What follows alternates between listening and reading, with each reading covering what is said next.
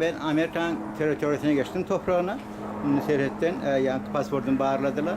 Pasportum bağırlarına da sonra verdiler. Adım familiyam nerede? Neme onunla nerede yaşayan?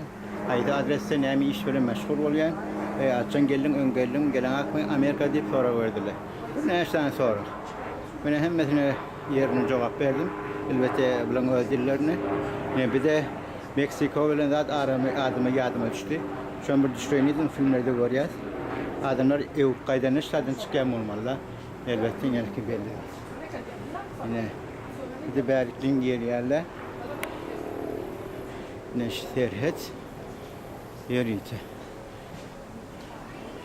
Yine ben şu an ikbarayıp Tayland'ın aylanmayı. Hoş geldiniz Amerika'daydılar.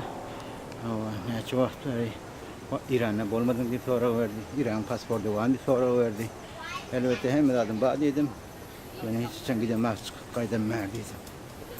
Yalan söz dinlemeye gerek. O kompüterde hem de yazılı. Ya da durmasa da onu da hükmende. Şu an yani. Yani herhalde çevresi taylarımız düşüyor.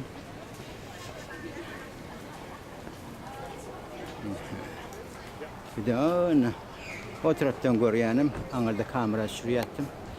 Ben filmlerden de bak. Bir de Amerikan bayrağı sayılarımı göreyim.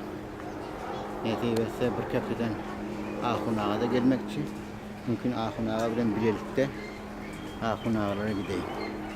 Yani bellisi yok. En burun edip koyuldu yani. Yol ayken hem bariyer niyetle gelmeyen diye. Orada yaşlılardı. Yukarıda da tehlikeli bağırlar görürler. Yukarıda bir de parking. Oraya yani maşinler tertip olmuş koydurlar. Bu tarafa da ışıklar vardır. Benim ortam bir tarafa aylanayım.